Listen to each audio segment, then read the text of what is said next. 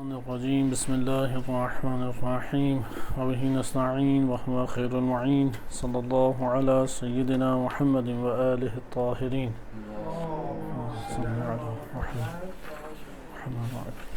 ہماری گفتگو کتاب ولایت فقیہ ولایت فقاہت اور عدالت کے موضوع پہ چل رہی تھی کہ جو آیت اللہ العظمیٰ جوادی عاملی حافظہ اللہ تعالیٰ کی کتاب ہے. فصل سوم ہم پڑھ رہے تھے جس میں ضرورت ولی فقیہ ولایت فقیہ اور اس پر دلیلوں کو بیان کیا گیا. دلیل عقلی محض آپ نے مطالعہ کی، دلیل تلفیقی جو عقل اور نقل دونوں سے مرکب ہے ملاحظہ کی، اور تیسری دلیل نقلی محض جس میں 19 احادیث تھیں اور پھر 14 کلی نکات جو ان احادیث کے متون کے اوپر بیان کیے گئے.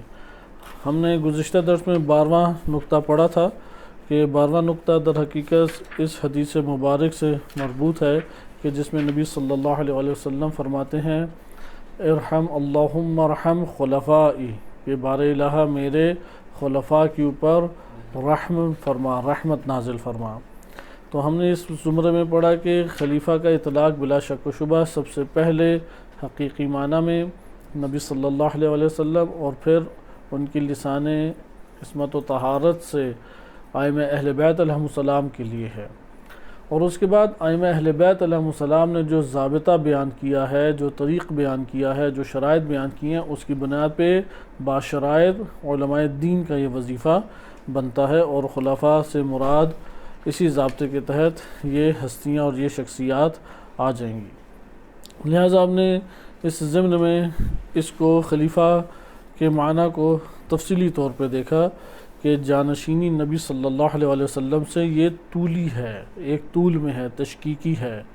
ائمہ اہل بیت علیہ السلام کا خلیفہ ہونا وہ شدت بھی رکھتا ہے اور اولویت بھی رکھتا ہے، لیکن جناب مالک اشتر کی امام علی علیہ السلام کے بعد جو مصر میں مثلا ولایت ہے ان کی نیابت میں، تو وہ بھی والی ہیں، وہ بھی حاکم ہیں، وہ بھی مسلمانوں کے امور کے ولی ہیں. والی اسی ولی سے ہے، مسلمانوں کے امور کے چلانے والے اور قانونی حق رکھنے والے ہیں کہ وہ تدبیر کریں. لیکن امام علی علیہ السلام اور مالک اشتر ان دونوں کی ولایت میں فرق کیا ہوگا کہ امام علی علیہ السلام کی ولایت نبی صلی اللہ علیہ وسلم سے ہے، شدت رکھتی ہے، اولویت رکھتی ہے اور عصمت کے درجے کے اوپر فائز ہے. جبکہ جناب مالک اشتر ان کی ولایت امیر المومنین علیہ السلام کی بدولت ہے، لیکن ان کی نسبت وہ اس نوع کی شدت نہیں رکھتی اور طول میں ہے، مقابلے میں نہیں ہے، بعد میں ہے معصوم ہستی کے اور درجہ عصمت کے اوپر پہنچی ہوئی نہیں ہے، لیکن زیر نگرانی عصمت ضرور ہے. تو یہی یہاں پر بیان کیا کہ آج بھی فقہا کی جو یا علماء دین باشرائط ہیں ان کی حکومت یا ان کا حاکم ہونا وہ اگرچہ امام زمان عجل اللہ تعالی فرجہ الشریف کی مانند اولویت نہیں رکھتا، امام زمان علیہ السلام کی نیابت میں ہے، ان کے حکم سے ہے، ان کے بیان کردہ شرائط کے مطابق ہے اور درجہ عصمت کے اوپر نہیں، لیکن زیر نگرانی عصمت ضرور شمار ہوگا کیونکہ شرائط اس سطح کی ہیں کہ زیر نگرانی عصمت ہم اسے قرار دے سکتے ہیں. اور یہ مسلمانوں کی تدبیر کا وظیفہ، مسلمانوں کے جو معاشرے ہیں ان کے اندر جو امور اجتماعی و سیاسی ہیں اس کی ذمہ داری ہر دور میں قائم دائم رہنے والی ہے. یہ 12ویں نقطہ تھا جو ان احادیث سے کسب کیا.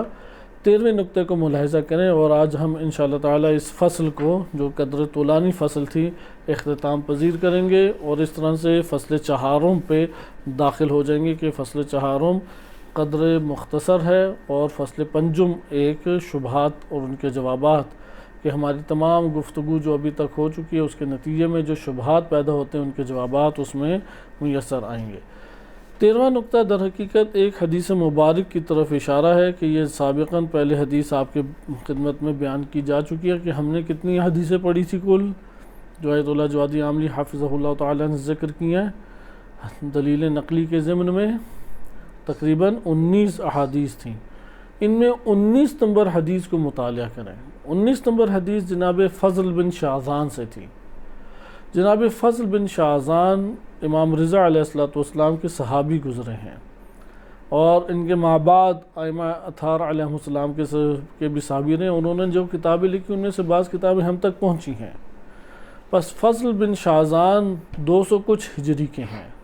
صحیح ہے، مثلا حد اقل 203 ہجری میں تھے اور 220 ہجری تک بالفرض آپ مان لیں.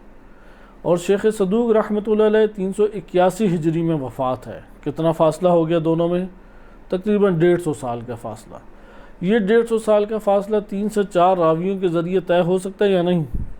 بس فضل بن شاذان تک شیخ صدوق رحمۃ اللہ علیہ 3 سے 4 راویوں کے ساتھ فاصلے کے ساتھ پہنچ جاتے ہیں. ایک حدیث جناب فضل بن شاذان رضی اللہ عنہ انہوں نے ذکر کی ہے امام رضا علیہ السلام سے، جس میں وجوہات اور علل بیان کیے گئے ہیں. قدر طولانی حدیث ہے، عیون و اخبار رضا میں بھی شیخ صدوق نے نقل کی اور دیگر جگہوں پہ، اور دلچسپ حدیث ہے. مثلا اللہ سبحانہ وتعالیٰ نے نبی کیوں قرار دیے، رسولوں کی معرفت کیوں قرار دی، ان کا اقرار کیوں لازم ہے، فلاں چیز کیوں ضروری ہے. امام رضا علیہ السلام ہر ایک کا جواب اس میں ارشاد فرماتے رہے. ہم پہلے یہ قدر تفصیل سے ٹاپک پڑھ چکے ہیں کہ نبی کی کیا ضرورت تھی. لیکن ہم عقائدی کتابیں عموماً پڑھتے ہیں لیکن اعتقاد ہمارا اندر سے ویسا نہیں ہے، کیونکہ بالآخر یہ دنیا در حقیقت ایک مملکت ہے. اس ایک مملکت کے اندر بسنے والے افراد ایک عنوان رکھتے ہیں اور وہ ہے عباد اللہ، بندگان خدا. بندگان خدا سرزمین الہی کے اوپر. اس کے بعد انسان آئے اور ان کو جو ایک مختصر اللہ تعالیٰ نے مدت حیات دی، اس مدت حیات میں انہوں نے پھر جو ایک فتنہ ادھر برپا کیا سو برپا کیا.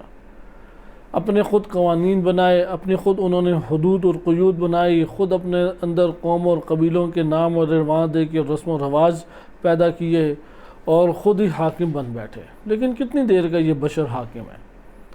وہ تو چند سال بھی نہیں گزارتا اور اس کی حکومت چلی جاتی ہے. ایک بندہ کتنا عرصہ ایک جگہ پہ زندگی بسر کرتا ہے. لہذا اس کو اگر ہم مد نظر رکھیں، کیونکہ ہم ایک عقلی جائزہ لے رہے ہیں، عقلی اور علمی جائزہ لیتے ہوئے اس چیز کو ہمیں علمی ہی طریقے سے دیکھنا چاہیے. کیونکہ انسانی زندگی کے اندر ہر فرد ایک سطح کا نہیں ہے.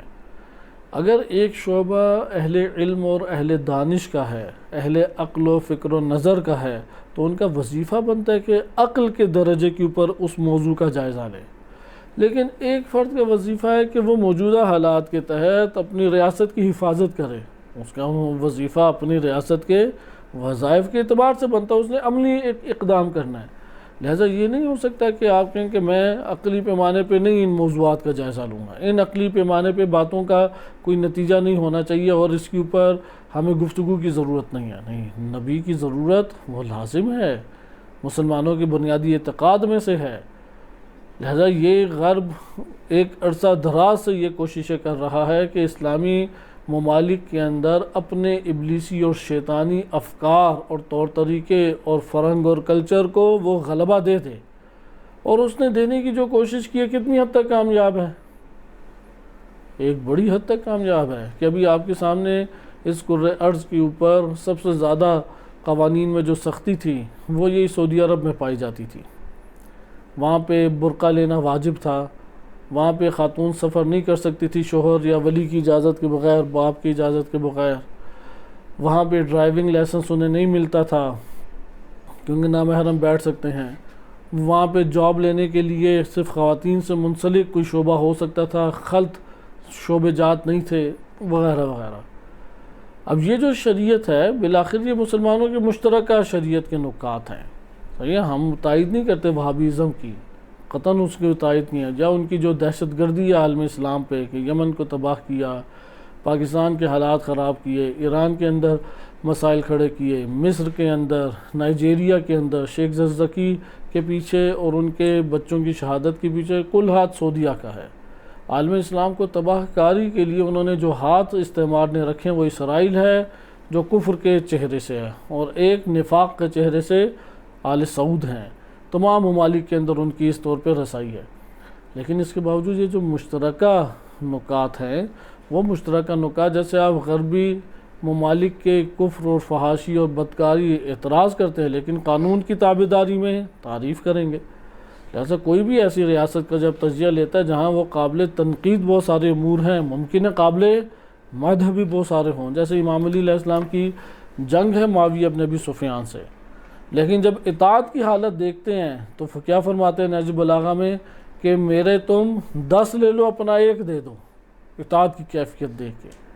اعتراضات دیکھیں تو کثیر ہیں اعتراضات، لیکن جب آئی بات اطاعت کی یا کسی ایسے امر کی کہ جو قابل تحسین ہے تو پایا جا سکتا ہے قابل تحسین۔ لہذا جو فضائل ہیں وہ اہل فضل کے لیے ہی ہیں، اسی طریقے سے اعلیٰ صفات وہ اعلیٰ حضرات اعلیٰ افراد کے لیے ہیں، جم کرنی چاہیے اپنے وجود میں۔ اس طور پہ آپ دیکھیں ابھی کیا حال ہے، کیونکہ یہ نقطہ ہمارے لیے اس لیے اہمیت کا حامل ہے کہ جو امام رضا علیہ السلام کی روایت ہے اس میں نبوت کی ضرورت کا فلسفہ بیان کیا گیا ہے، اور وہی فلسفہ بیان کیا جو ہمارے علماء عقائد اور حکماء اسلام فلاسفہ اسلام نے ذکر کیا ہے۔ اور اگر وہ ضرورت کو ہم قبول کر لیں اور آج کے دن اس بات کے قائل نہ ہوں کہ حکومت اور حاکم وہ باشرائط ہونا چاہیے، اس کا یہ مطلب ہے کہ اس نے اقرار کیا ہے، دل سے قبول نہیں کیا کہ نبی کی ضرورت ہونی چاہیے، شریعت ہونی چاہیے، قبول نہیں کیا، اس نے صرف اقرار کیا ہے۔ ضروری ہے کہ اقرار کے بعد عمل کی دنیا میں داخل ہوں، اس لیے اس کو حدیث معلل بھی کہا جاتا ہے۔ ابھی آپ یہ بن سلمان کا دیکھیں، اس نے شریعت غربی پورے کے پورے عربستان کی پر وہ نافذ کر دیا ہے۔ وہاں پہ اس ٹائم خاتون اگر بے حجاب ہو جائے اور کوئی اعتراض کرے، اعتراض کرنے والا جیل میں۔ اگر وہاں پہ خاتون کے لیے 18 سال کی عمر سے پہلے نکاح باطل قرار دے دیا گیا، 18 سال کے بعد کرے گی۔ اسی طریقے سے خاتون ڈرائیونگ لائسنس وغیرہ کے لیے لے سکتی ہے، سفر تنہا کر سکتی ہے، کوئی اس کو کچھ نہیں کہہ سکتا، وہ جتنا مرضی مختصر لباس پہنے، پورا لباس پہنے، جہاں گھومنے پھرنے جائے، کوئی مسئلہ نہیں، کوئی مشکل نہیں۔ اسی طریقے سے رقص و سرور کی محفلیں اب ادھر آباد ہونے لگی ہیں، تب مکہ مدینہ میں آباد ہونے لگ گئی ہیں، یعنی مکہ کو دور جاہلیت کی طرف وہ لے کے جانا شروع ہو گئے ہیں، مدینہ کو اسی طریقے سے دور جاہلیت کا ایک رنگ دینا شروع کر دیا۔ اس لیے جو اب اعتراض کرے، بالآخر بے حجابی کے اوپر اعتراض بنتا ہے، بے حجابی جو اعتراض کرے، وہ وہابی ملا ہو یا اہل سنت عالم ہو یا شیعہ عوام الناس ہو یا علماء ہوں، جو بھی ہو اس کے لیے جیل ہے، زندان ہے، اور زندان کے بعد پھانسی، ادھر پھانسی فوراً ہی دے دی جاتی ہے، پوچھا نہیں جاتا ہوا کیا ہے، بس پھانسی پہ لٹکا دیتے ہیں، ظلم و ستم، کیونکہ بادشاہت ہے ادھر۔ پاکستان کی جو صورت ہے ادھر جمہوریت اس عنوان سے ہے، جمہوریت میں آوازیں بلند ہو جاتی ہیں، جمہوریت میں ایک قاضی جو ہوتا ہے وہ کسی کے کاملاً تابع نہیں ہے، ہاں قوت کے تابع ہوتا ہے، لیکن بادشاہت میں تو جو بادشاہ کے بس وہی آپ نے ماننا ہے، وہی آپ نے قبول کرنا ہے اور وہی آپ نے انجام دینا ہے۔ لہذا آپ نے ملاحظہ کیا کہ غربی شریعت کو بھرپور طریقے سے انہوں نے نافذ کرنا شروع کر دیا عالم اسلام میں۔ پاکستان کی بھی یہ صورتحال ہے، ادھر عدالتوں کے قوانین کی حد تک دیکھیں، انہوں نے غربی شریعت کو مانا ہے، ویسے کہتے ہیں شریعت لفظ ہی غلط ہے، شریعت نہیں ہونا چاہیے، یہ شریعت جو ہے یہ دقیانوسی اور 1400 سال پرانی چیزیں ہیں، اور پھر اسی غربی قوانین کو وہ قابل عمل قرار دیتے ہیں۔ لہٰذا ضرورت نبوت وہ مسلمانوں کے بنیادی اعتقاد میں سے ہے، اس لیے یہ جو بنیادی مسلمانوں کے اعتقاد ہیں ضرورت نبوت کے عنوان سے، اسے اقرار کے بعد عمل کی دنیا میں داخل کرنا لازم، ہر صورت میں لازم ہے۔ آئیں اب ہم اس حدیث کا جائزہ لیں۔ اس حدیث میں امام رضا علیہ السلام سے فضل بن شازان نے پوچھا، فلما وجب علیہم معرفت الرسل والاقرار بہم الاذعان لہم بالطاعہ، یا معرفت الرسل کہ رسولوں کی معرفت ان کے اوپر کیوں واجب ہے، اور والاقرار بہم، اور ان کے اقرار کرنا رسولوں کا کیوں واجب ہے، اور ان کی اطاعت کا یقین کرنا یا اطاعت کرنا کیوں واجب ہے۔ تو امام رضا علیہ السلام نے فرمایا لِأَنَّهُ لَمَّا لَمْ يَكُنْ فِي خَلْقِهِمْ، کہ کیونکہ جب مخلوق کے اندر کوئی بھی ایسا نہیں ہے کہ ما یکملون یا یکملون لمصالحہم، کہ مخلوق کے اندر ان کے نفع اور فائدے کی چیزوں کی تکمیل کرنے والا کوئی فرد موجود ہے، یا خالق ہے فقط۔ وہ کہتے ہیں جب خالق ہے اللہ سبحانہ و تعالی ہی مخلوق کے تمام نفع اور فائدے کے امور کا تعین کر سکتا ہے، مخلوق خود نہیں کر سکتی، ہم تو تھوڑا سا بھی اپنے لیے نہیں کچھ کر سکتے۔ ابھی آپ کے سامنے ممالک کی حالت ہے، حکومتیں کس کے ہاتھ میں ہیں؟ لوگوں کے ہاتھ میں، اور لوگوں کے قوانین کے ہاتھ میں ہیں، جو اوپر آ کے حاکم ہو جائے اس کے ہاتھ میں ہے۔ کیا انہوں نے ملکوں کا حال کیا ہوا ہے؟ نبی صلی اللہ علیہ وسلم کے ہاتھ میں 10 سال حکومت رہی، ادھر دیکھیں کیا صورت بن گئی۔ لہذا جب یہ ہمارے پاس بات آئی کہ لوگ خود اپنے تمام کے تمام مصالح، منافع، فوائد اور ضرر سے بچنا ان امور کو نہیں انجام دے سکتے، کس کے محتاج ہوئے ان سب چیزوں کے لیے؟ خالق کے محتاج ہوئے۔ خالق دکھائی نہیں دیتا، صحیح ہے؟ وَكَانَ الصَّانِعُ مُتَعَالِيًا عَنْ يُرَى، وہ جو صانع خالق ہے وہ تو منزہ ہے کہ اسے دیکھا جا سکے۔ وَكَانَ ضَعْفُهُمْ وَعَجْزُهُمْ عَنْ إِدْرَاكِ ظَاهِرًا، ظاہری طور پہ اللہ سے ڈائریکٹ ارتباط قائم کرنے سے بھی عاجز ہیں، نہیں سہ سکتے، اتنی قوت نہیں ہے۔ جیسے ٹرانسفارمر میں ایک بلب کے لگنے کی قوت نہیں ہے، بلب لگے ٹرانسفارمر میں کیا ہوگا؟ بلب پھٹ جائے گا نا۔ اسی طریقے سے ہم پہ وحی نازل ہو گئی تو بچیں گے ہی نہیں۔ جیسے آپ خطبہ حمام پڑھیں جو نہج البلاغہ میں امام علی علیہ السلام کا ایک صحابی تھا حمام، تو اس نے کہا کہ متقین کے اوصاف بیان کریں۔ امام نے فرمایا کہ مجھے ڈر ہے کہ کہیں تیرے جسم سے روح پرواز نہ کریں، یعنی کچھ صاحب ادراک تھا۔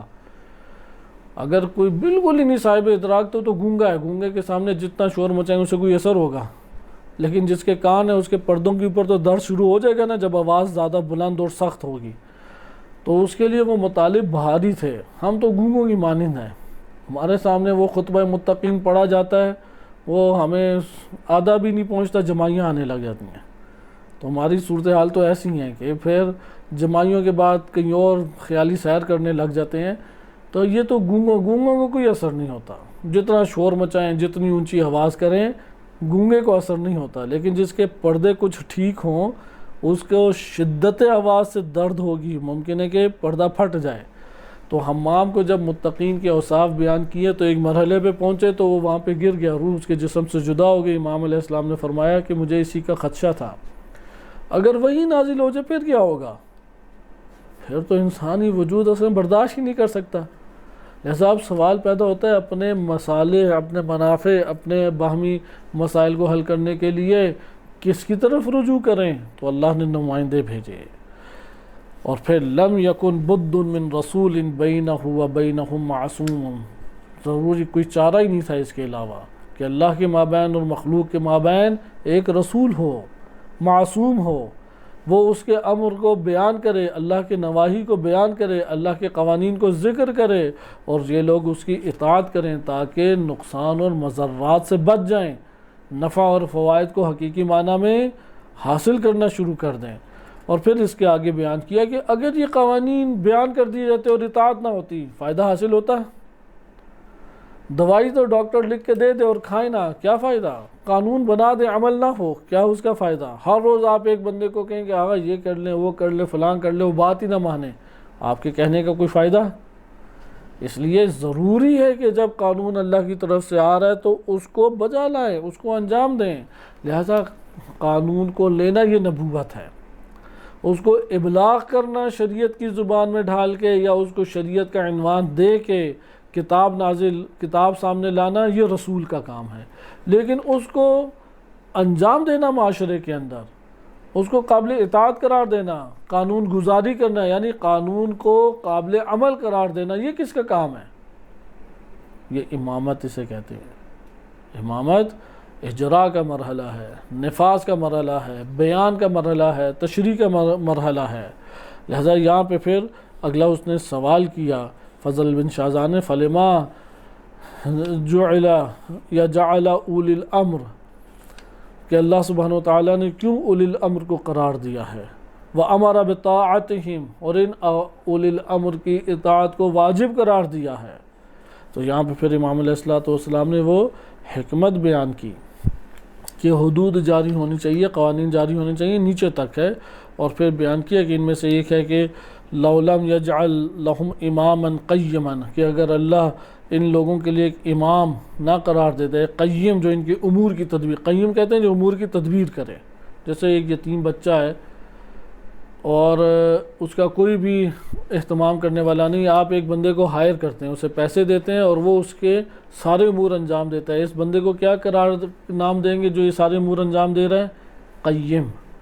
قیم قیام سے ہے نا، جو سارے کے سارے اس امور کے قیام کر رہے ہیں، قائم کر رہے ہیں۔ تو اماما قیما امینا حافظا مستودعا لدرست الملت، اگر امام نہ ہوتا یہ ملت ہی ساری کی ساری ختم ہو جاتی، وذهب الدین، دین چلا جاتا، وغیرت السنت والاحکام، اور احکام اور سنت متغیر اور تبدیل ہو کے رہ جاتی، ولزاد فیہ المبتدعون، دین میں بدعتی اضافہ کر دیتے، ملحد اس میں کمی کر دیتے، اور شکلیں اپنی مسلمانوں جیسی بنا کے درمیان میں آ جاتے۔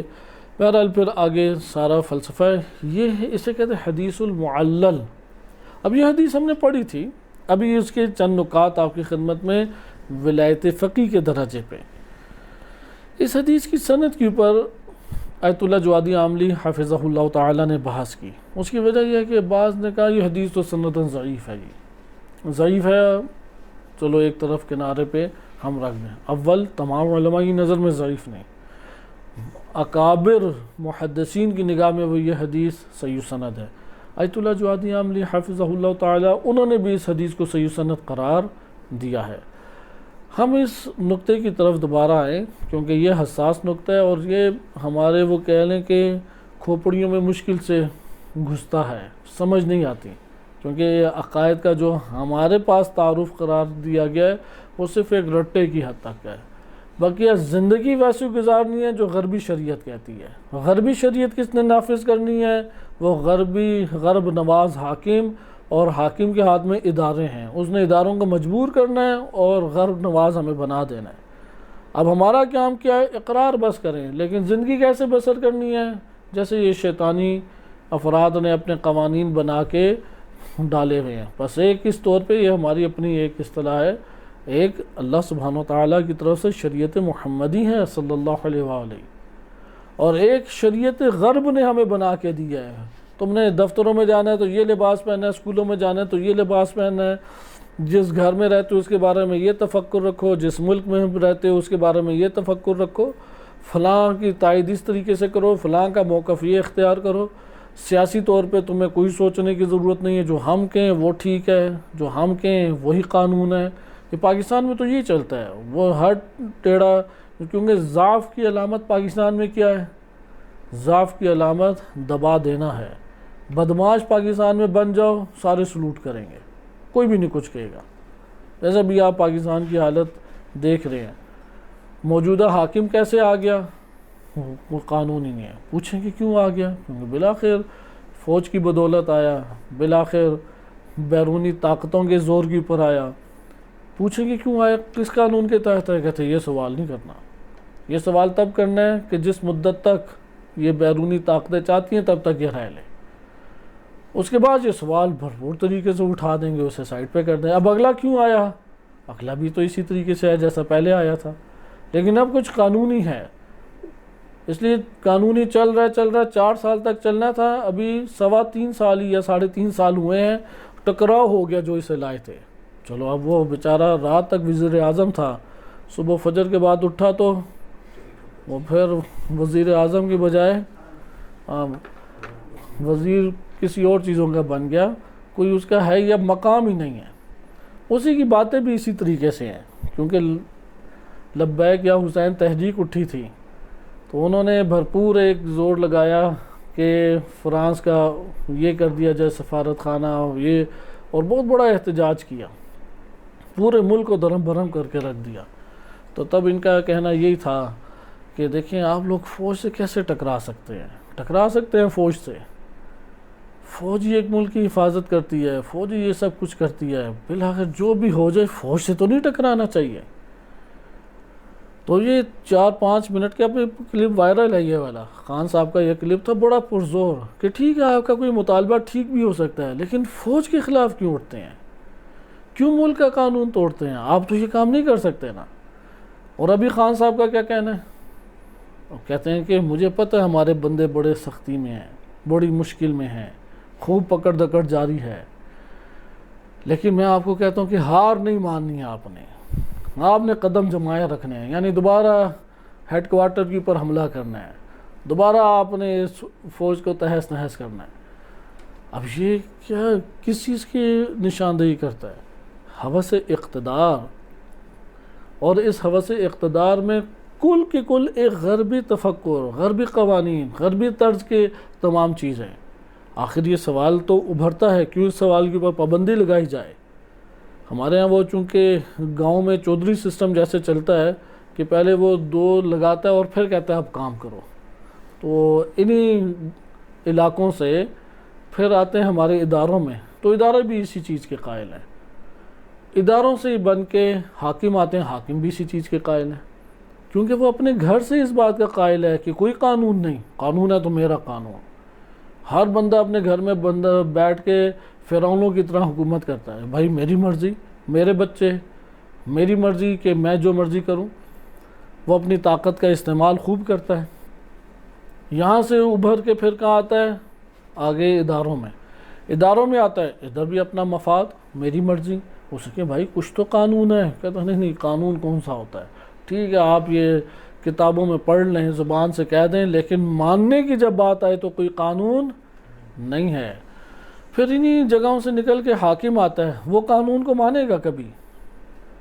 خان صاحب جب خود تھے تو سب کا پاکستان کے قانون یاد تھے، اور ابھی کیا حال ہے؟ ابھی سب پاکستان کے قانون اپنی حکومت کے لیے توڑنا چاہتے ہیں. پہلے سب کو کہتے تھے کہ بھائی اداروں کے اوپر تو نہیں کچھ حملہ کیا جاتا، اداروں کو تو نہیں چھڑا جاتا، وزیر اعظم کو تو بلیک میل نہیں جنازوں کے اوپر کیا جاتا. اور ابھی وہ سارے کے سارے کام کرنے کے لیے تیار ہو گئے تھے، فوج کو بھی تہز نہز کرو. ابھی جتنے جنازے اٹھتے رہے، آپ نے استقامت دکھانی ہے، قانون سارے ٹوٹیں، لوگوں کی ذاتی جائیداد کے اوپر ان کے اقوال ماضی میں سن لیں، اور ابھی جو گاڑیاں شاڑیاں جلی ہیں اس کے حوالے سے ان کے بیانات سنیں. لہٰذا ہم نے ملاحظہ کیا کہ قانون اصل میں انسان کے لیے ایک ریاست کے اندر امن کو برپا کرتا ہے. نبوت کی ضرورت قانون کی وجہ سے ہے.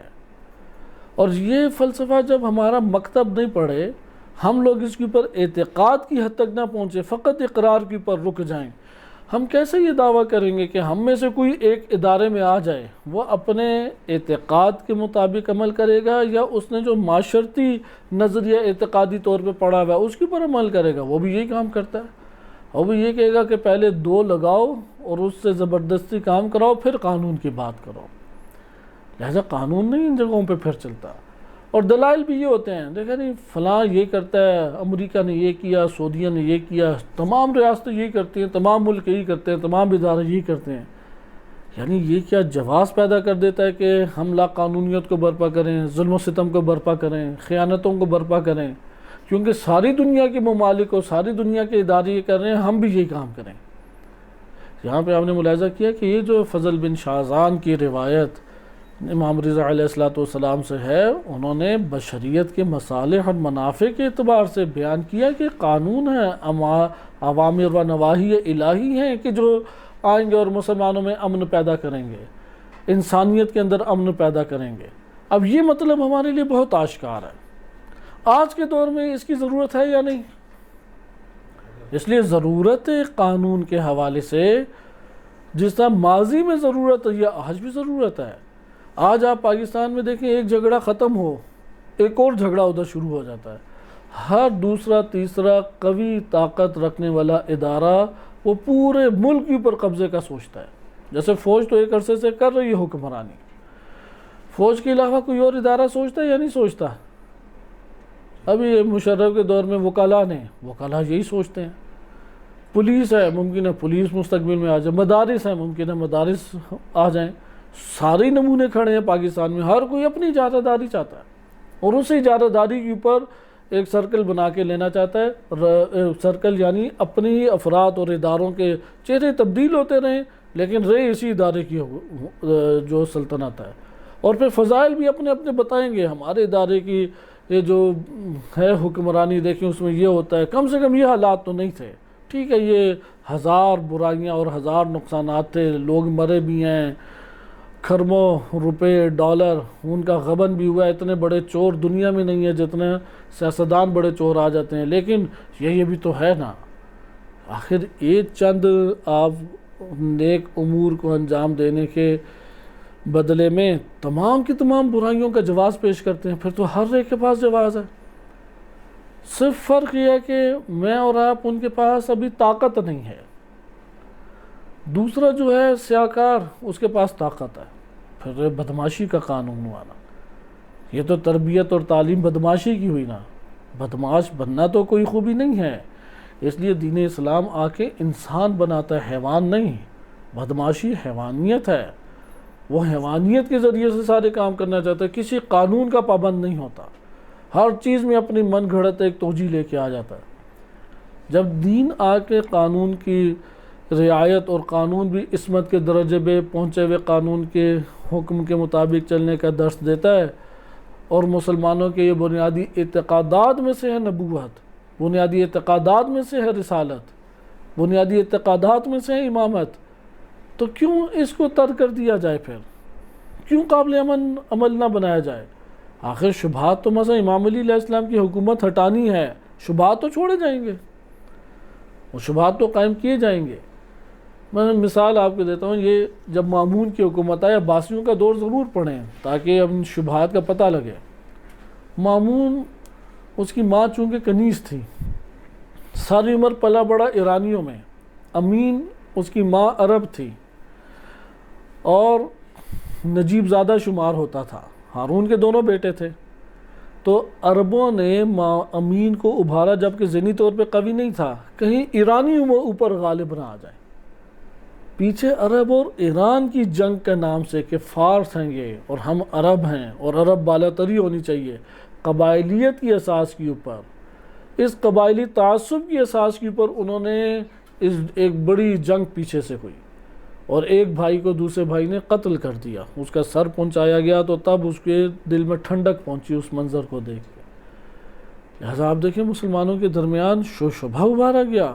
لشکر تو بالآخر مسلمانوں کا ہی قتل ہوا، امت تو جو بگاڑ پیدا ہوا مسلمانوں میں ہی ہوا. یہ صورتحال آج بھی ہمارے ہاں موجود ہے. ایک چھوٹا سا شبہ ابھارا جاتا ہے اور امام معصوم کی حکومت، وہ جو عصمت، امن اور سلامتی کے درجے پہ پہنچے ہوئے قوانین اور حکومت ہے، اس کا زبردستی انکار بھی کرایا جاتا ہے اور اس سے رخ بھی پھیرا جاتا ہے کہ نہیں بھائی اس کے اوپر تم نے نہیں آنا. لہذا آپ نے ملاحظہ کیا کہ امام رضا علیہ السلام وہ در حقیقت ایک ترتیب اس حدیث معلل میں بیان کر رہے ہیں، اور وہ ترتیب ہی یہ ہے کہ قانون جو ہے وہ اللہ تعالیٰ کی جانب سے آئے.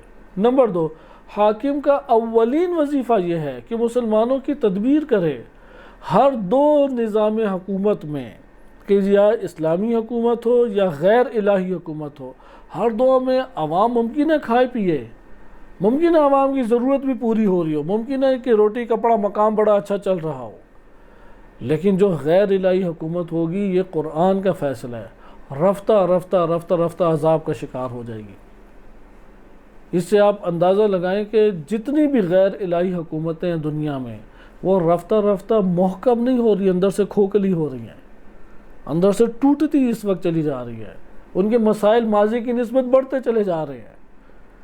لہذا الہی حکومت اگر ہو، ہاں اگر آج ایران کے خلاف سازش غرب نہ کرے، امریکہ سے ٹکراؤ ختم ہو جائے، اقتصادی پابندیاں ختم ہو جائیں، کتنی ترقی ہے ایران کے اندر. اس وقت ایشیا کا سب سے بڑا امیر ترین ملک ایران بن جائے گا اگر یہ اقتصادی مسائل ختم کر دیں، اور ان کے اندر اپنے بل بوتے کے اوپر وہ پلے بڑھے ہیں. لہذا یہ بات ہمارے سامنے آتی ہے، استقلال میں عافیت ہے، قانون گزاری میں عافیت ہے، خود ارادہ کرنے میں عافیت ہے. ہماری قوم اگر خود ارادہ کرے، نہ بیرونی قوتیں آ کے ہمارے ارادے کے اوپر حاوی ہوں. آخر کیا حق پہنچتا ہے کہ یہ بیرونی طاقتیں ہیں، مثلا سعودیہ ہے، امریکہ ہے، حتیٰ اگر ایران اس طرح سے کرے کوئی بھی اسے قبول نہیں کرے گا. مکتب امام خمینی تو یہی ہے کہ تم آزاد قوم ہو تو آزادی اور اپنے ارادے سے سوچو، لیکن کون سا سوچو؟ بالآخر اللہ کی غلام ہو. اس نوعیت کی کوئی آزادی نہیں ہے کہ اللہ کی حدود ہی پار کر جاؤ. لہذا مکتب امام خمینی رحمۃ اللہ علیہ ہے یہ کہ قوموں کو آزادی اور استقلال کا درس دیا جائے. ہمارے ہاں کیا شمار ہوتا ہے؟ وہ طالبان بنائے، طالبان نے سب سے زیادہ جو بندے مارے بھی ہمارے فوج کے ہیں، پھر بھی وہی اکڑ کے کہتا ہے حمید گل صاحب کے میں نے طالبان بنائے. آپ جس فوج کے بندے سے بحث کر لیں، وہ شیعہ ہو یا سنی ہو، وہ حامی ہے، کہتا صحیح کیا اس وقت کے حالات میں. آپ کے عقلیں معاف ہو گئی تھی کہ اس کے علاوہ کوئی منصوبہ ہی نہیں بن سکتا تھا؟ ایسی زہریلا ترین انہوں نے ایک درندہ خلق کیا، ایجاد کیا، کہ جو نہ عوام کو چھوڑتا ہے، نہ فوج کو چھوڑتا ہے، نہ مسجدوں کو چھوڑتا ہے، نہ مدرسوں کو چھوڑتا ہے، وہ اصل مسلمانوں کی جانوں کا دشمن بنا ہوا ہے۔ ابھی بھی 4 دن پہلے کی آپ ذرا پڑھیں خبریں، آئے روز فوج کے بندے، ایف سی کے بندے، پولیس کے بندے، کون مار رہے ہیں؟ طالبان مار رہے ہیں۔ آخر کیوں اس کی حمایت کریں حمید گل کی؟ کتنی جی اس پہ تنقید نہ کریں، یہ آزادی ہے پاکستان کی۔ ہاں اگر طاقت حاصل کر لیں پھر ایچ کیو پہ حملہ بھی کر دیں، مسئلہ نہیں ہے، نہیں عمران خان کی اتنا کچھ کہیں گے، جیل سے 1 دن میں آزاد کر دیں۔ یہ درس ہمیں ریاست کہ یہ جو لا قانونیت ہو، یہ درس دیتی ہے لا قانونیت، یہ تو درس نہیں ہونا چاہیے۔ لہذا ضروری ہے کہ آزادی کو اس کے استقلال اور ارادے اور حقیقی معنی کے ساتھ سمجھا جائے، نہ کہ ایک سیاسی شعار لوگوں کے جذبات میں لانے کے لیے۔ اسی طریقے سے ہمارے ہاں بالآخر عدالت وہ سب سے بڑی حاکم ہے، عدالت کے اندر غبن اور کرپشن آ جائے، کنٹرول کرنا چاہیے۔ پھر عدالتیں جو ہیں ان سے ماورا قرار دے، سیاستدان اس کے ماورا ہے، سیاستدان کو پکڑ پاتی ہے نہیں۔ اسی طریقے سے کوئی ادارہ جو دکھائے لا قانونیت، عدالتیں اسے پکڑ سکتی ہے نہیں۔ پھر ایسی صورت میں کیا کیا جائے؟ یہ پھر پاکستان کا حال اس طریقے سے ہوتا ہے۔ اس لیے امام رضا علیہ السلام کی حدیث اس کرۂ ارض کے اوپر جینے کے طریقوں کو سکھانے والی ہے، ریاستوں کو امن کے دائرے میں لانے والی ہے۔ اور وہ کیا ہے کہ تم پہلے نبوت کا قلبی تصدیق کرو۔ نبی وہ ہے جس نے الہی قوانین کو لینا ہے، چونکہ تم خود جا کے ڈائریکٹ اللہ سے نہیں پوچھ سکتے۔ دوسرا کیا ہے، نبی جب لائے گا تو رسول نے اس کو ابلاغ کرنا ہے، پہنچانا ہے، اس کو دین اور شریعت کے عنوان سے پہنچایا رسالت نے۔ رسالت نے جب پہنچا دیا تو اگر اس کا اجرا نہ ہو، وہ قابل عمل نہ ہو، وہ تو پھر ریاست رہے گی یا لا قانون رہ جائے گی، وہ سب سے بدتر صورت، یا غیر الہی قانون آ کے اوپر ہمارے مسلط ہو جائے گا۔ ہر 2 صورتیں قبول نہیں ہیں، ہر 2 صورتوں میں فساد ہے، ہر 2 صورتوں میں امت اسلامیہ یا کم سے کم لوگوں کے عوام الناس ان کا کیا ہے، نقصانات ہیں۔ تو یہ ہمارے پاس یہ 13 نمبر نقطہ اس میں آتا تھا کہ جو فلسفہ اور جو حکمت ماضی میں قانون کے آنے اور قانون کے جاری ہونے کے حوالے سے تھی، آج کے دور میں وہ قائم ہے یا نہیں؟ بلکہ ہم کہیں گے بدرجہ اولا قائم ہے۔ وہ کہیں گے جب بے درجہ اولا قائم ہے تو اس دور میں تو اللہ نے نہیں چھوڑا قوم اور امت کو، آج کے دور میں اللہ سبحانہ وتعالیٰ ترک کر دے گا۔ آج کے دور میں اولی الامر قرار دیے، اور اولی الامر کے ضمن میں ذیل میں وہ ولی امر اللہ سبحانہ وتعالیٰ نے امام معصوم کی زبانی قرار دیا، جو شرائط بتائے اور شرائط بتا کے آگے وہ مسلمانوں کی امور کی تدبیر کرے۔ اس کی جو سند ہے، میں سند پہ تبصرہ آپ کی خدمت میں عرض کر دوں، چونکہ حاشیے میں اس کی سند ذکر کی گئی ہے، اور اس کے ضمن میں انہوں نے 5 نقطے ذکر کیے ہیں، اور پھر 14واں نقطہ آپ کی خدمت میں بیان کر کے آج کا موضوع ہمارا یہ فصل اختتام پذیر ہو جائے گی۔ جو 13واں نقطہ ہے، اس میں سند میں ہمارے پاس 5 راوی ہیں۔ پہلے ہیں عبد الواحد بن محمد بن عبدوس النیساپوری، دوسرے ہیں ابو الحسن علی بن محمد بن قتیبہ، تیسرے ہیں ابو محمد فضل بن شازان، اور اسی طریقے سے ابو محمد جعفر بن نعیم بن شازان، ابو عبداللہ محمد بن شازان، اور چھٹے ہیں فضل بن شازان آخر میں۔ ایک اوپر فضل بن شازان ہے، ایک آخری 6 راوی ہیں۔ ان میں 2 پہلے راوی ان کے اوپر زیادہ کلام ہے، بقیہ کا مسئلہ نہیں ہے۔ جو عبدوس ہیں ان کی ظاہری اور واضح طور پہ نہیں توثیق وارد ہوئی، لیکن اگر شیخ صدوق کے آپ کلمات کو مطالعہ کریں تو شیخ صدوق رحمۃ اللہ علیہ کتاب عیون الاخبار میں بیان فرماتے ہیں، حدیث نمبر 2 میں اپنے، کہ جلد نمبر 2 صفحہ 127 میں یہ حدیث ہے۔ وہ ذکر کرتے ہیں ان حدیث عبد الواحد عندی اصح، عبد الواحد عبدوس جو ہیں ان کی حدیث جو ہے، ابن عبد الواحد بن عبدوس، ان کی حدیث میری نظر میں صحیح سند اور صحیح ترین احادیث میں سے ہے۔ اس کا مطلب شیخ صدوق نے ان کی توثیق کی۔ اس کے علاوہ اور ہمارے علماء ہیں، انہوں نے بھی ذکر کیا ہے کہ عبد الواحد جو ہیں، چونکہ شیخ صدوق رحمۃ اللہ علیہ نے انہیں کئی جگہوں پہ رضی اللہ بھی کہا ہے، اور ہمارے علماء رجال نے ذکر کیا اگر کثرت سے رضی اللہ کہا جائے کسی شیخ کے بارے میں، استاد کے بارے میں، شیخ صدوق کسی استاد کے بارے میں کثرت سے رضی اللہ کہیں تو اس کا مطلب ہے کہ یہ یقیناً بڑی عظیم شخصیت تھی۔ اس لحاظ سے عبدوس تو ہمارے لیے قابل حل ہو گئے اور ثقہ قرار پائے۔ دوسری شخصیت آ جاتی ہیں علی بن محمد قتیبہ نیساپوری۔ علی بن محمد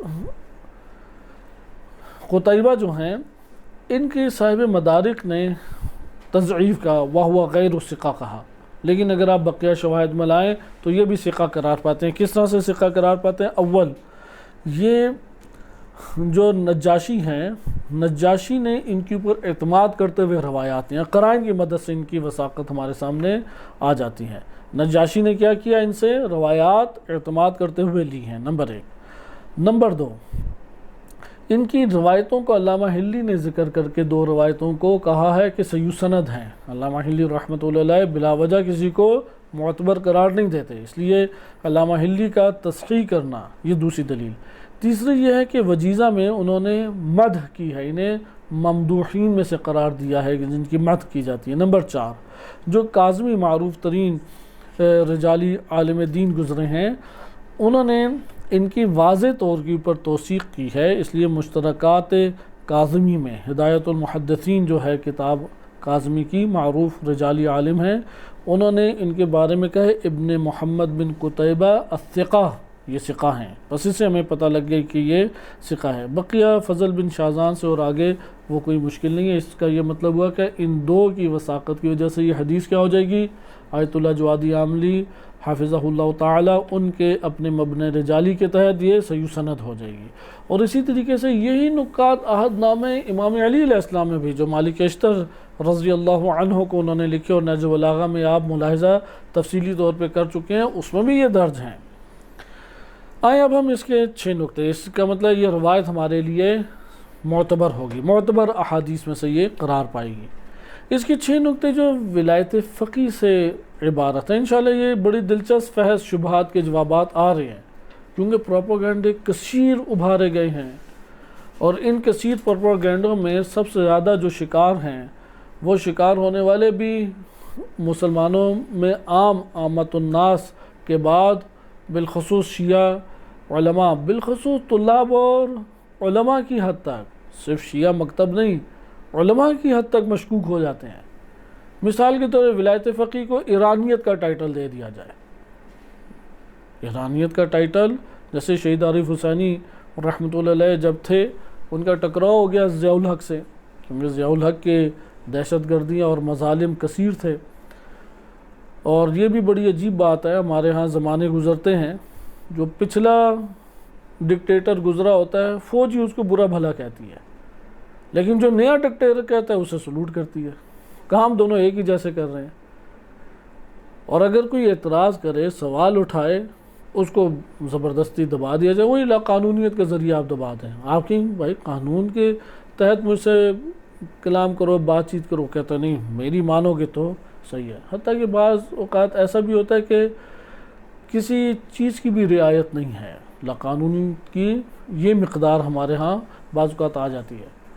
شہید عارف حسینی رحمۃ اللہ علیہ کا جب ٹکراؤ ہوا اور ان کا موقف یہی تھا کہ دینی، کیونکہ شیعہ کا کیا موقف ہو سکتا ہے آپ خود سوچیں، دہشت گردی تو شیعہ کی طرف نہیں ہے، کرے بھی تو علماء حامی نہیں ہیں، مکتب حامی نہیں ہے، کیونکہ امام صادق علیہ السلام کی اپنی روایت ہے حریض سجستانی کے حوالے سے کہ وہ خوارج کے ساتھ جو ٹکراؤ رکھتے تھے اور لاقانونی طور پہ ان کو قتل کرتے تھے۔ امام صادق علیہ السلام شدت سے ناراض ہو گئے ان سے، انہوں نے کہا کہ اگرچہ وہ ہمارے دشمن ہیں لیکن مجھے یہ وہ نہیں قبول کہ تم جاؤ اور اس طریقے سے تم ان کے ساتھ سلوک کرو۔ بہرحال وہاں پہ جو پروپیگنڈا سنیوں نے کیا، سپہ صحابہ نے، ہمارے اداروں نے نہیں، سپہ صحابہ چونکہ آخری حاکم تک پہنچے ہوئے افراد ہیں، انہوں نے کہا یہ تو ایرانیوں کو حاوی کرنا چاہتا ہے۔ علاقے پاکستان اکثر اہل سنت ہیں، ضیاء الحق کے دور میں ہوا یہ کہ جو ہمارے ادارے ہیں، گورنمنٹ مشینری ہے یا ہمارے دفاعی ادارے ہیں یا تعلیمی ادارے ہیں، سب میں متعصب اہل سنت آ گیا۔ آپ حالت اہل سنت کہ متعصب کی حالت دیکھیں کہ وہ متعصب اہل سنت تعلیمی مواد انہوں نے اپنے مطابق بنایا. مسجدوں کے نام امیر المومنین علیہ الصلوۃ والسلام کے درینہ دشمنوں کے ناموں کے اوپر رکھنا شروع کر دیے. اسلام آباد میں کتنی مساجد ہیں، پاکستان میں آپ اندازہ لیں ابو سفیان مسجد، مثلا خالد ٹینک کا نام خالد رکھ دیا. تو ہم بھی اس طرح سے ایک فہرست لا سکتے ہیں کہ جو اس دور میں حضرت ابوبکر سے جنہوں نے اختلاف کیا، اگر نام رکھ دیں ہم ان کے، کیا ایران میں نہیں رکھا جا سکتا ان کا نام؟ کیونکہ خالد بن ولید کے ذریعے سے حضرت ابوبکر کی حکومت کو محکم کیا گیا، اور امیر المومنین علیہ السلام اور ان کے شیعوں کے شدید خلاف تھے خالد بن ولید. مثلا عمار بن یاسر کو گالیاں دیا کرتے تھے، تو خالد ٹینک رکھ دیا انہوں نے نام. مغیرہ بن شعبہ نامی مسجد، ابو سفیان نامی مسجد، یزید کے نام پہ بعض مساجد پاکستان میں.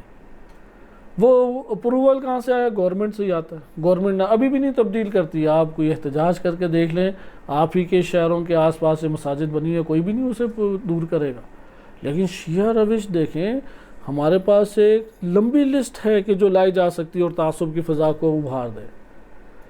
نام بچوں کے نام رکھے جا سکتے ہیں، مسجدوں کے نام رکھے جا سکتے ہیں، خصوصاً ایران کے اندر بمبوں کے نام نہیں رکھے جا سکتے.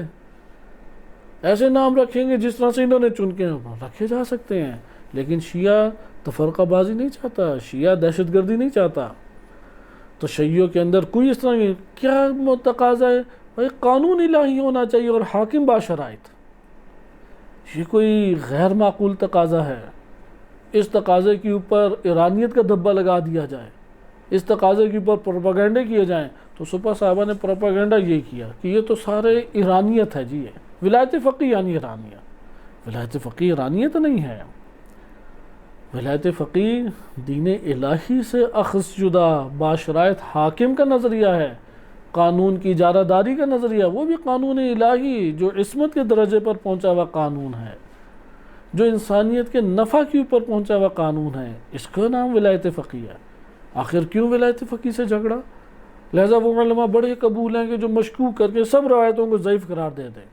انہیں آپ مسجدوں کا بھی موقع دیں، مدرسوں کا بھی موقع دیں، انہی کے ارد گرد عوام کو پھیرانے کی بھی کوششیں کریں. اس سے کون سے، یہ تو ایک شیطانی منصوبہ بندی ہے کہ آپ نور کو لانے کی بجائے ظلمتیں در ظلمتیں اندر بڑھانا شروع کر دیں. لہذا یہ آپ نے ملاحظہ کیا کہ انشاءاللہ جو آگے فصل آ رہی ہے بہت سارے مسائل کو ہمارے حل کرے گی، لیکن اس کا پشتوانہ وہ یہی فصول ہیں. لہٰذا یہ بہت ہمارے لیے روشن ہے، ہر جگہ پہ یہ بات روشن ہے. اس وقت عالمی سطح کے اوپر اگر استعمار کے ظلم و ستم کا عملی طور پہ، نہیں صرف لسانی اور زبانی طور، عملی طور پہ کوئی انکار کرتا ہے تو مکتب تشیع کی اساس ہے، ایرانیت کی اساس تھوڑی ہے. ہاں وہ شیعہ زیادہ تر ایران کے اندر ہی ایک الگ بات ہے. وہ لبنان میں بھی ہیں، وہ عراق میں بھی ہیں، وہ پاکستان میں بھی ہیں، وہ بحرین میں بھی ہیں، وہ دنیا کے مختلف خطوں میں بیٹھے ہوئے ہیں. اس لیے مرگ برگ امریکہ، مرد آباد امریکہ نعرہ لگایا جائے، یہ ایرانیت نہیں ہے، یہ تو عین دین اسلام ہے. اگر اسرائیل کی نابودی کی بات کی جائے تو یہ ایرانی مقاصد کی تکمیل نہیں ہے، یہ تو انسانیت کی حمایت ہے، مسلمان کی حمایت ہے. لہذا آپ نے ملاحظہ کیا اسی طرح سے مفاد کے اوپر اگر ایران کام کرے، ہم نے کب کہا ہے کہ یہ بات ان کی درست ثابت ہوگی؟ ہاں مفاد جو اسلام کی حدود میں ہے ہمارے ملک کے اندر بھی ہونے چاہیے. کرے کوئی، کسی نے ہمیں پابند کیا ہے. ابھی آپ یہ دیکھیں کہ کتنے سالوں سے 2010 میں انہوں نے پائپ لائن بچھائی گیس کی. پاکستان کس حالت میں پہنچ چکا ہے. ایک عذاب کی کیفیت سے پاکستان کی عوام گزر رہی ہے، عذاب کی کیفیت سے. تھوڑے سے پیسوں پہ کسی کو بھی خرید سکتے ہیں. ڈاکٹر، اعلیٰ ترین ڈاکٹر ہو، بیچارے کے لیے جاب ہی نہیں ہے. ایک بندے کے پاس 10 ڈگریاں ہیں، صلاحیتیں ہیں، جاب ہی نہیں ہے. خریدنا کیا ہے اس کے لیے؟ تھوڑے سے پیسے آپ دیں، خریدا جا سکتا ہے. آرام سے اسے خریدو، استعمال میں لاؤ. پاکستان ایک منڈی کی طرح بن گئی. کیوں یہ ساری چیزیں ہیں؟ یہ بیرونی طاقتوں کا دباؤ فشار. اب آپ خود سوچیں کہ گیس اور بجلی کا کتنا بحران ہے، پیٹرول کا کتنا بحران ہے. ایران سے تجارت نہیں ہے. حیران کن چیز ہے یا نہیں؟ کیوں ایران سے تجارت نہیں ہے؟ 2010 میں انہوں نے پائپ لائن بارڈر تک پہنچا دی، آگے نہیں جی پہنچانی. بلوچستان کے حالات غیر امن ہی رہنے، نا امن رہنے ہیں۔ کیوں اس کے امن نہیں سلجھتے؟ جبکہ سب سے کم آبادی والا کون سا ہمارا صوبہ ہے؟ بلوچستان سب سے کم آبادی ہے، اس کے کبھی بھی نہیں امن آئے گا ادھر، کیونکہ ایران بارڈر نا امن انہوں نے رکھنا ہے غربی طاقتوں نے۔ اس نا امن رکھنے کے لیے انہوں نے اپنے عناصر کو قوی رکھنا ہے، ان عناصر کو کوئی نہیں چھیڑے گا، نہ ہماری فوج چھیڑے گی، نہ کوئی اور۔ سعودی عناصر ادھر پائے جاتے ہیں، غربی عناصر ادھر پائے جاتے ہیں، کوئی چھیڑے تو ایک آفت ہے ادھر، جیسے بگٹی کو چھیڑا تو کیا آفات ابھی تک اس کے اثرات ہیں ادھر۔ لہٰذا آپ نے ملاحظہ کیا کہ یہ جو غربی طاقتوں کا ایک غلام ہمارے ریاستوں کو بنانا ہے، اس میں آزادی کی راہ یہی ہے کہ استقلال کے ساتھ اپنے پاؤں پہ کھڑا ہوا جائے۔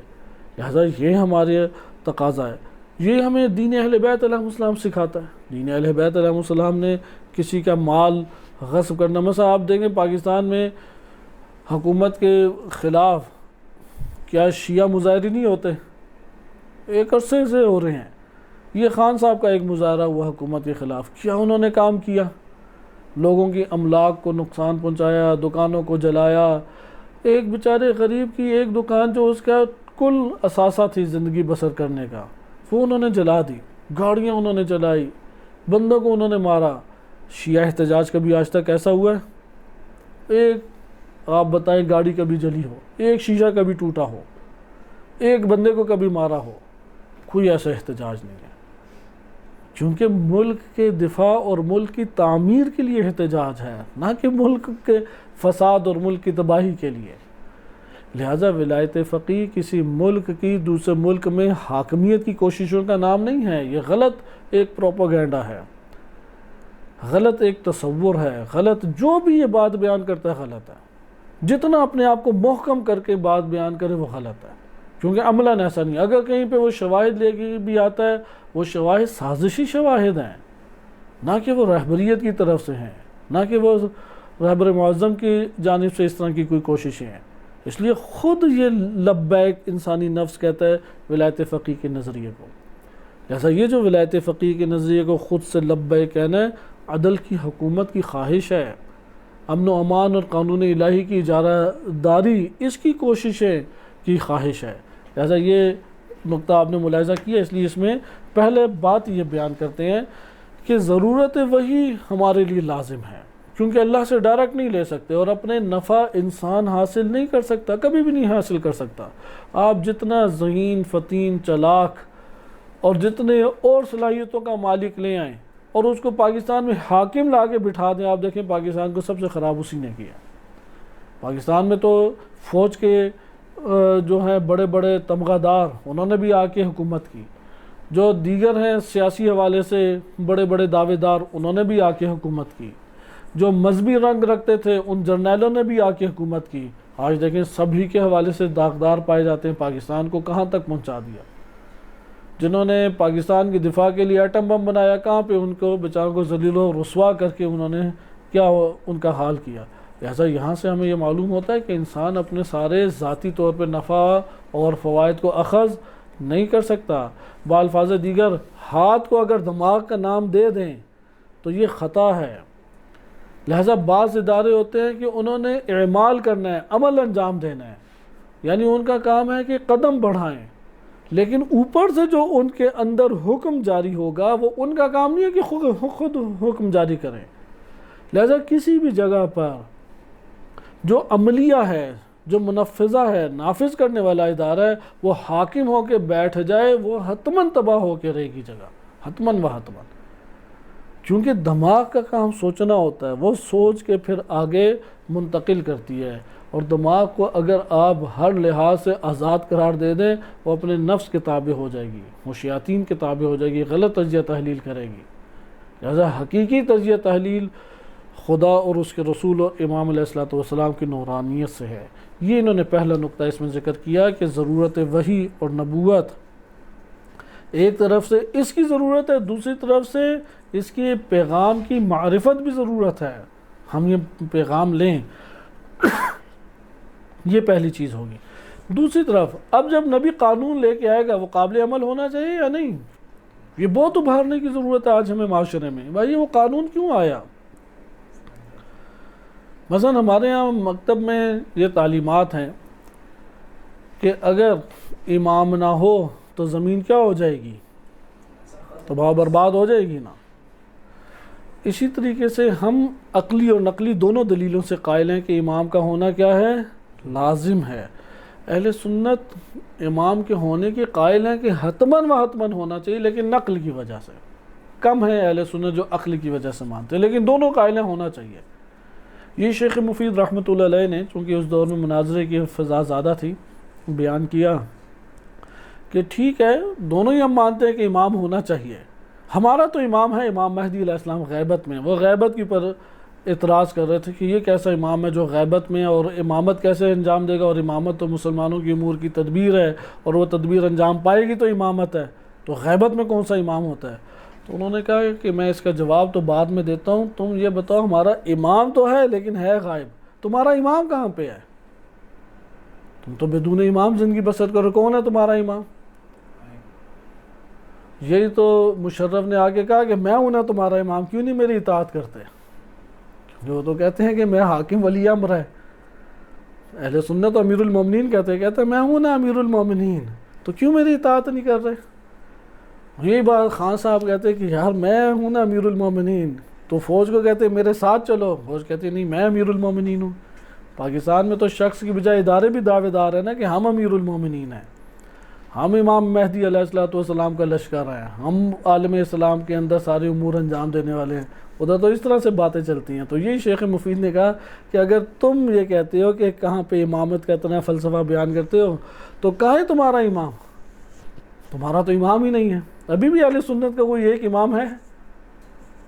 کوئی ان کا حاکم، امام بے معنی حاکم نہیں ہے، اور اہل سنت خود ان حکام کو مانتے نہیں جو ان کے سروں کے پر پڑے ہوئے ہیں۔ لہذا شیعہ مکتب اس حوالے سے منظم مکتب ہے، اس کا امام ہے، پھر امام غافل تھوڑی ہے، امام اپنے وظائف سے کوتاہی کرنے والا بھی نہیں ہے، عصمت کے درجے پہ پہنچا ہوا امام ہے۔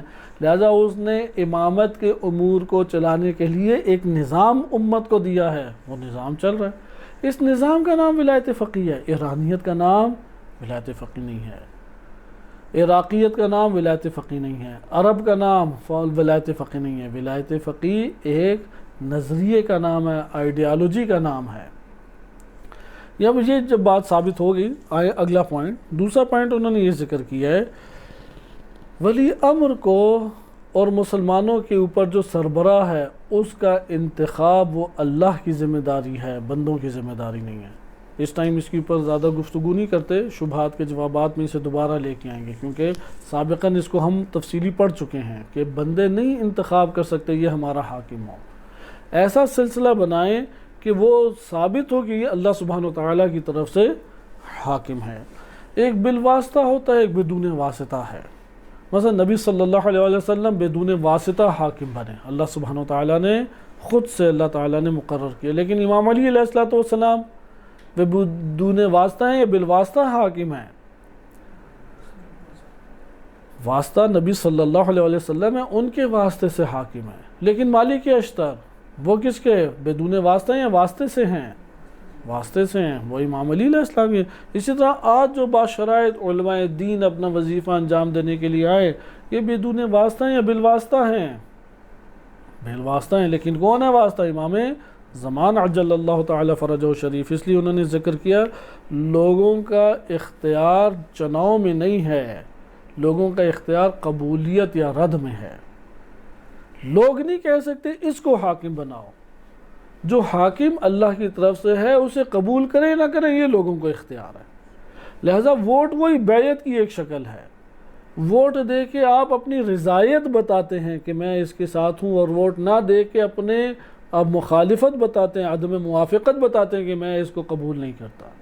لہذا لوگوں کو یہ ووٹ کا اختیار نہیں ہے کہ میں اس کو حاکم کے طور پہ لاؤں گا، فلاں کہتا ہے میں اس کو حاکم کے طور نہیں، جو حاکم کے طور پہ آ سکتے ہیں ان کو نمایاں کریں، ووٹ کے ذریعے سے یہ قبول ہوں یا نہ ہوں، یعنی وہ بندہ قبول کرے یا نہیں۔ مثلا ہم نے ایک بندے کو مسئول بنا دیا، اب آپ کو اختیار ہے اس مسئول کو ماننا یا نہیں ماننا، نہیں مانتے تو ٹھیک ہے، نہ مانتے ہیں تو تب بھی، یعنی نتائج ٹھیک سے مراد ہے، دونوں کے نتائج الگ الگ ہیں۔ استاد جو ہے وہ تعلیمی ادارے نے کلاس کے لیے مقرر کر دیا، بعنوان استاد طلاب قبول کریں یا نہ کریں، یہ ان کو اختیار حاصل ہے۔ اس لیے اللہ سبحانہ و تعالیٰ نے اپنی اس مملکت زمین کے اوپر اپنا حاکم مقرر کر دیا۔ اب اس حاکم امام مہدی عجل اللہ تعالیٰ فرجہ شریف کو لوگ مانیں یا نہ مانیں، اللہ نے اختیار دیا، سرزمین آزمائش ہے یہ۔ لہٰذا یہاں پہ انہوں نے یہ بات ذکر کی کہ ان کے اوپر جو ولایت آ کے کریں گے وہ زعیم جو ان کے امور اسلامی اور مسلمانوں کے تمام امور اجتماعی و سیاسی اس کو چلانے والا جو حاکم ہے، اس کا چناؤ وہ اللہ سبحانہ و تعالیٰ کی طرف سے، اللہ کی طرف سے ایک دفعہ بالواسطہ ہے اور ایک دفعہ بدون واسطہ ہے۔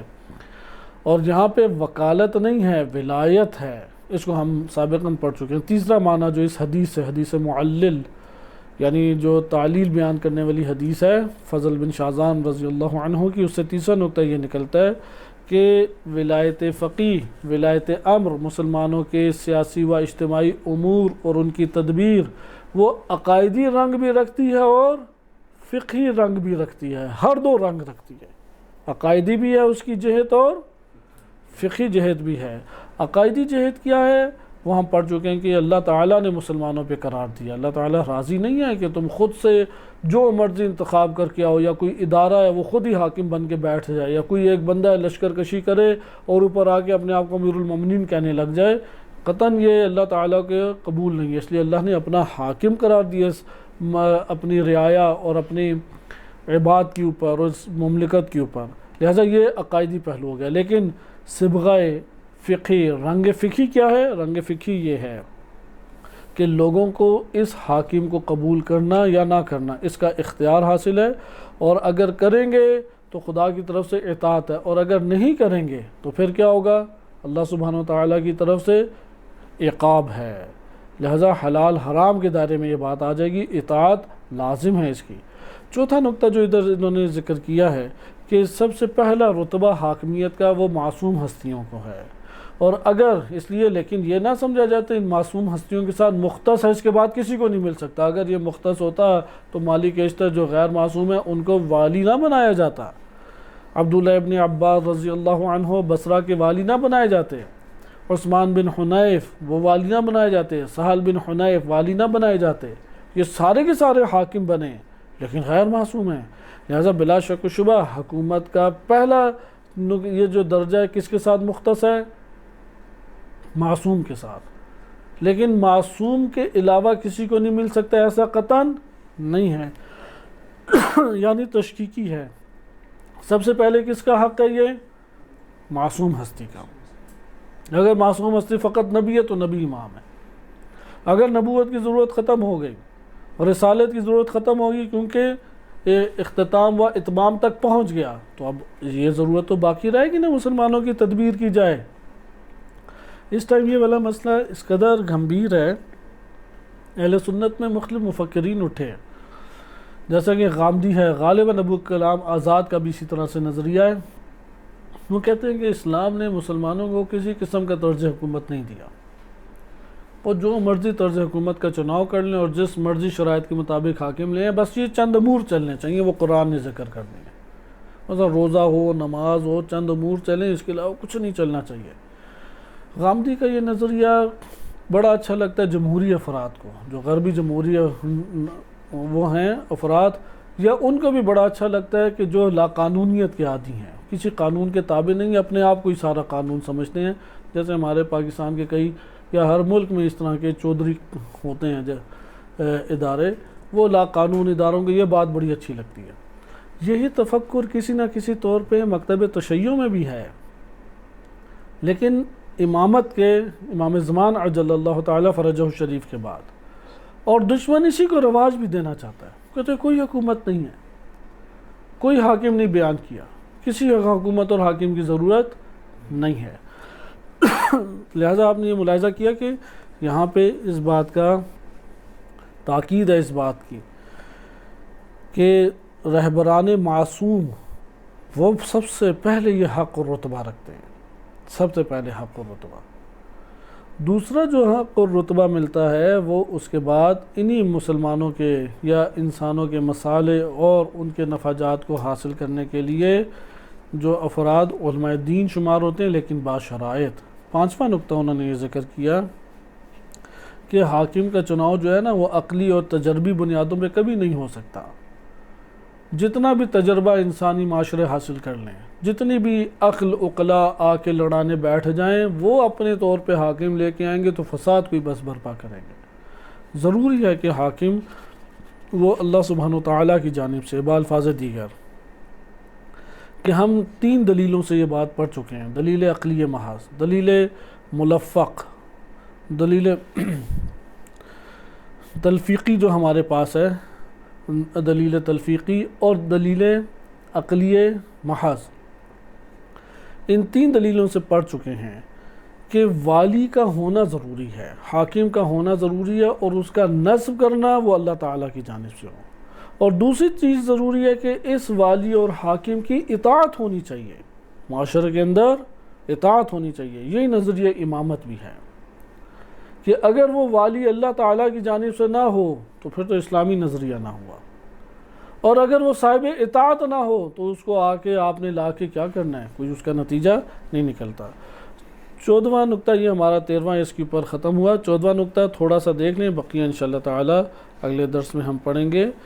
اس کا آخری حصہ میں بیان کروں کیونکہ آغاز میں جو ادلہ ہیں چند روایات سے اور شواہد کے طور پہ لائے ہیں، وہ آپ کی خدمت میں عرض نہیں کی جاتا، کیونکہ نہج البلاغہ میں امیر المومنین علیہ الصلوۃ والسلام کا معتبر حدیث وارد ہوئی ہے، اس میں وہ بیان فرماتے ہیں کہ والذی فلق الحب وبرأ النسم، کہ وہ ذات، اس ذات کی قسم کہ جس نے دانے کو چیرا اور خلقت کو پیدا کیا، لولا حضور الحاضر، اگر حاضرین یہ جو عوام الناس آئی ہے ان کے حاضر ہونے کی صورت میں، وقیام الحجہ، اور حجت تمام ہونے کی صورت میں میرے لیے لازم نہ ہو چکا ہوتا، قیام الحجہ بے وجود ناصر، بس کیا ہے بحضور الحاضر، اور دوسرا کیا ہے بے وجود ناصر، حاضر اور ناصر۔ اگر عوام میں افراد جو میرے پاس حاضر ہو گئے اور نصرت کے لیے جو میرے پاس تمام کے تمام وسائل مہیا ہو گئے، اگر یہ نہ ہوتا تو میں کیا کرتا، وما اخذ اللہ علی العلماء، اور اس حضور حاضر اور وجود ناصر کی اساس پہ جو علماء کی کندھوں پہ وظیفہ عائد ہوتا ہے، اگر یہ نہ ہوتا تو اللہ یقار علی قذۃ ظالم ولا صبغ مظلوم، اور یہ جو عہد لیا گیا ہے اللہ تعالیٰ نے کہ میں ظالم کی مذمت کروں یا اس کے خلاف عمل انجام دوں، اور مظلوم کی داد سرائی پہنچے، مدد کی جائے اور اس کا حق دلایا جائے، یہ اگر علماء سے حق جو اللہ تعالیٰ نے لیا یہ نہ ہوتا، بس کل 3 چیزیں ہوگی۔ ایک کیا ہو گیا، حضور حاضر، دوسرا کیا ہو گیا، وجود ناصر، تیسرا کیا ہو گیا، علماء سے عہد و پیمان لیا ہے کہ ظلم کو ختم، ظالم کا خاتمہ کرنا ہے اور مظلوم کی مدد کرنی۔ اگر یہ 3 چیزیں نہ ہوتی، لَأَلْقَيْتُ حَبْلَهَا عَلَى غَارِبِهَا وَلَسَقَيْتُ آخْرَ بِكَأْسِ أَوَّلِهَا، تو میں اسی طرح جس طرح پہلے کو سیراب کیا ہے، آخر والے کو بھی تو اسی طرح سیراب کرتا ہوں، یہ حکومت اس کے حوالے کر دیتا، میں حکومت فقط اسی وجہ سے لے رہا ہوں۔ آخری اس کا جو حصہ انشاءاللہ ہم اگلے درس میں پڑھیں گے اس فکرے کے ساتھ، کیونکہ 14ویں درس کا جو خلاصہ کلام بنتا ہے وہ یہی کہ ایک وجوب شرط ہے اور ایک واجب مشروط ہے اور ایک وجوب مشروط ہے۔ بالفاظ دیگر، اگر نماز کا وقت ہو جائے اور اس کی شرائط آپ کے پاس مہیا کر ہو جائیں تو کیا ہو جائے گا، ہمارے لیے نماز پڑھنا لازم ہو جائے گا۔ اب جب آپ نماز پڑھنا چاہتے ہیں، کوشش کرتے ہیں کہ نماز ساکن جگہ کے اوپر پڑھی جائے، وضو کے ساتھ پڑھی جائے، لیکن آپ کو دونوں فرصت نہیں مل رہی، تو آپ کیا کریں گے، جیسا بھی ہے آپ نماز پڑھیں گے، مثلا تیمم کا بھی آپ کو نہیں موقع ملتا، نماز تو پڑھیں گے بالآخر آپ۔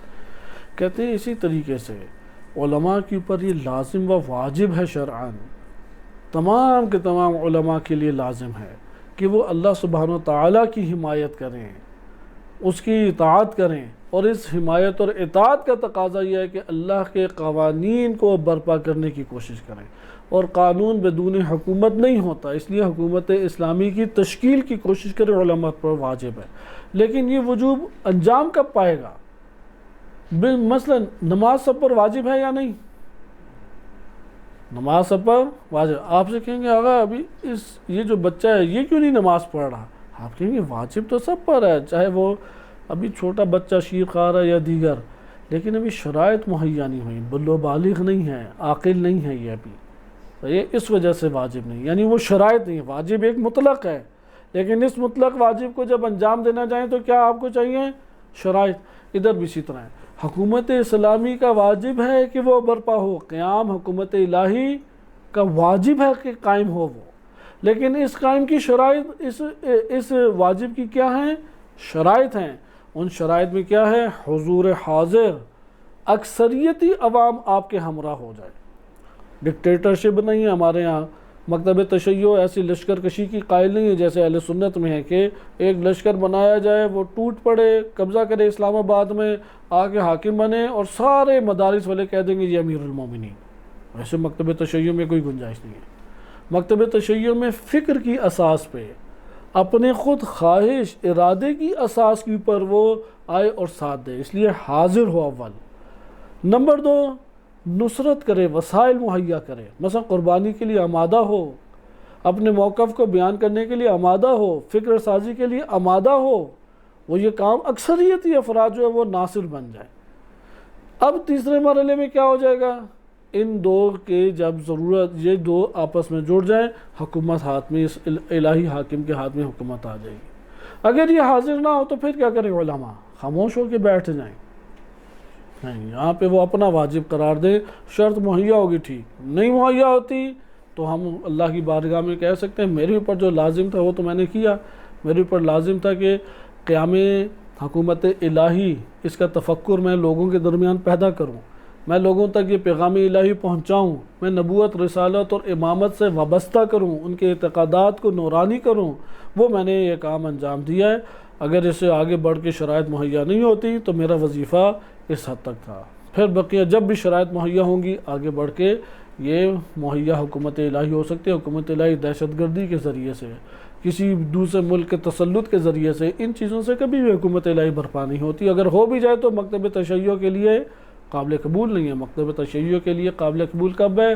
جب اسی جگہ کے افراد کی اکثریت وہ خود اس بات کی قائل ہو فکری طور پہ، یا اس کو چاہے، اس کی تائید کرے، اس کے لیے نکلے، اس کی مدد کرے، اور تب ایک حاکم کا چناؤ سامنے آ جائے۔ اس کو ہم قدر تفصیل سے اگلے درس میں پڑھ کے انشاءاللہ فصل چہارم کا اگلے درس میں آغاز کریں گے۔ صلی اللہ علیہ سیدنا محمد وآلہ طاہرین۔